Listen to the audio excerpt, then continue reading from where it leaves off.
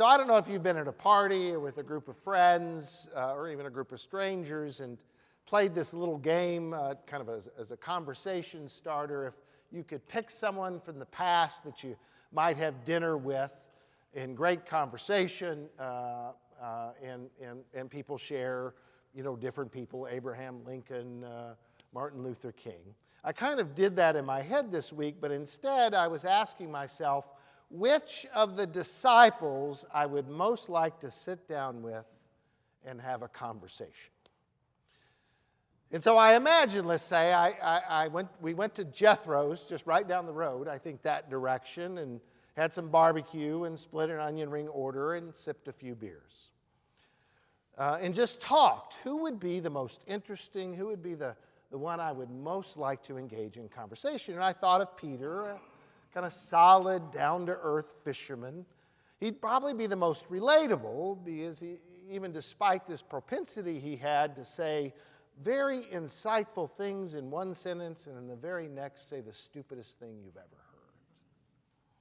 Or I thought, what would it be like to sit down and share a beer with Luke? Luke, probably the most educated of all of Jesus' disciples, but Luke also had a passion for the poor and dispossessed and was rather angry with the rich, so I thought that might be a little uncomfortable. Then I thought of Matthew. Again, he would be great for learning about Jesus' Jewishness and insights about how Jesus was connected to the Judaic faith. And I thought of the disciple John. I thought John might be interesting. He's the most spiritual of Jesus' disciples, but I thought he'd probably want to spend the time praying and meditating.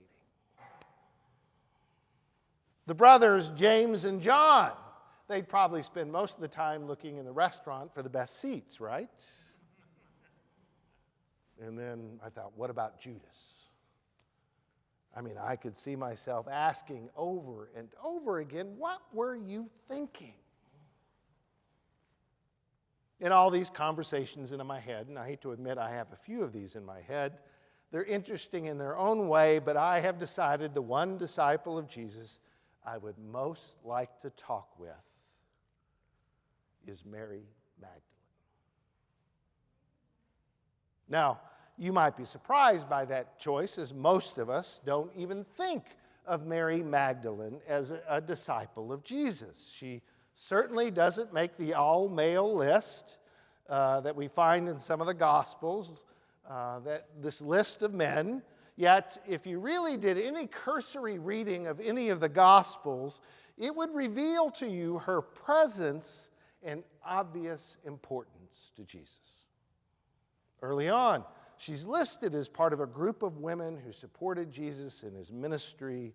Her name appears 13 times in the Gospels, more than any of the other disciples except for Peter. And contrary to the opinion of the Southern Baptist Convention, women were an integral part of Jesus' ministry and mission, and they were so in leadership and witness, and Mary Magdalene stood out among them all. Now, Mary also had a significant presence in what are called the non-canonical Gospels of the early church. Now, you may not be aware, but in the early years of the growing church, there were a number of Gospels written about Jesus, some with names like the Gospel of Peter or the Gospel of Thomas. And these many Gospels are called non-canonical because for various reasons they were not declared part of the official canon of the church. They were hotly debated in the first hundreds of years of the church, which of these Gospels really should we have as authority, and only the 4 Gospels that we use now and read from the Scripture was declared to be canon, authoritative by the group of church leaders, not surprisingly men, in the 3rd and 4th century. And what is most interesting about these non-canonical Gospels is that many of them are filled with stories about Mary Magdalene.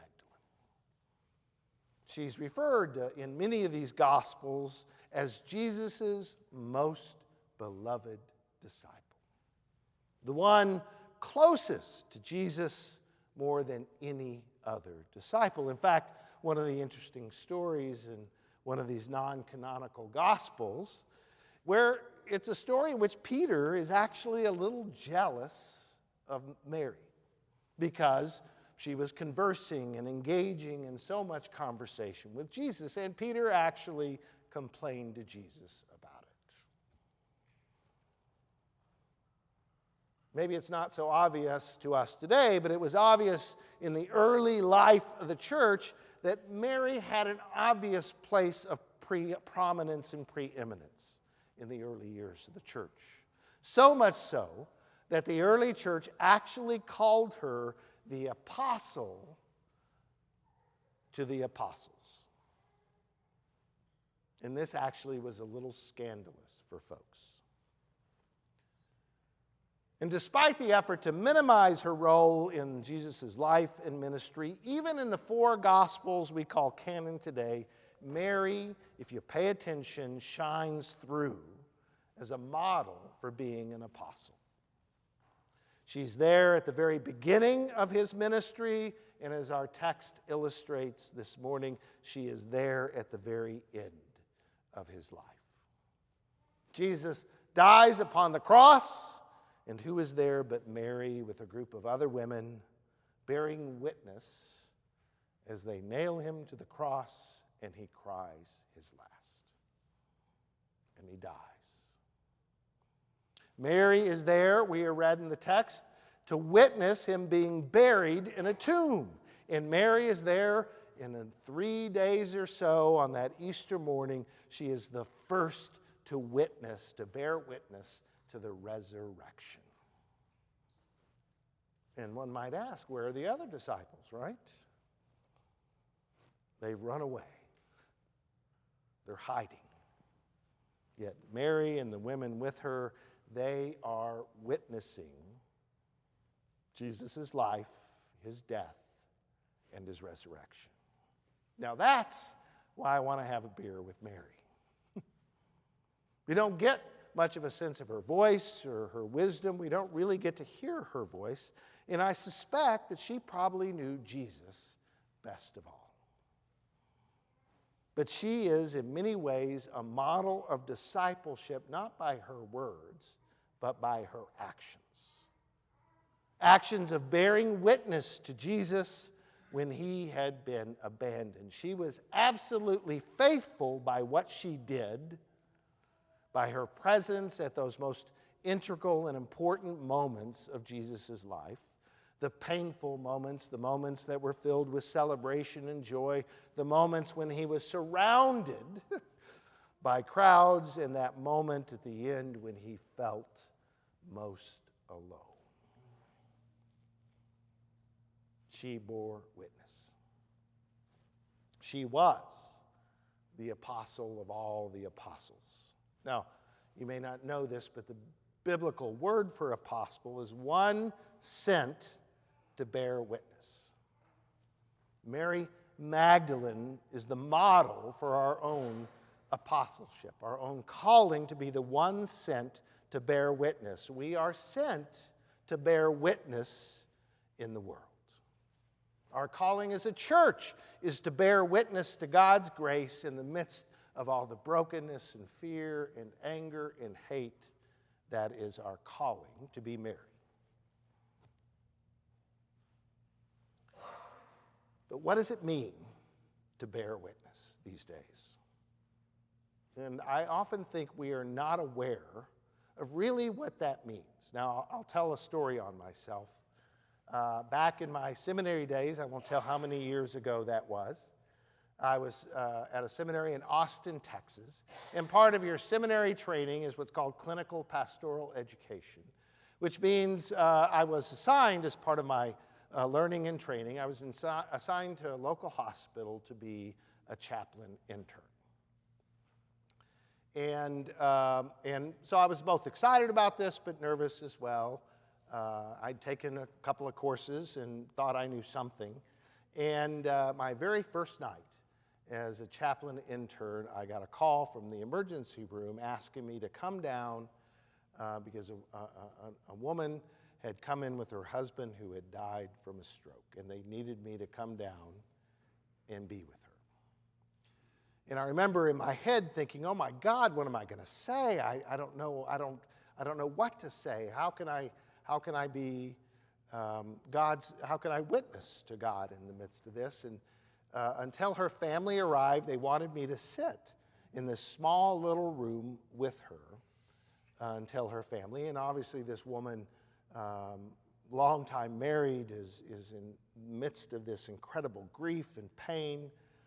And I remember sitting in that room, and by the grace of God, by some luck, I didn't say a word. I didn't. I wanted to. But I did something even better, not on purpose, but I bore witness. I sat with her in the midst of her grief. Now, she may not remember me from Adam, but I remember her. But isn't that what we're called to do, is to bear witness to each other?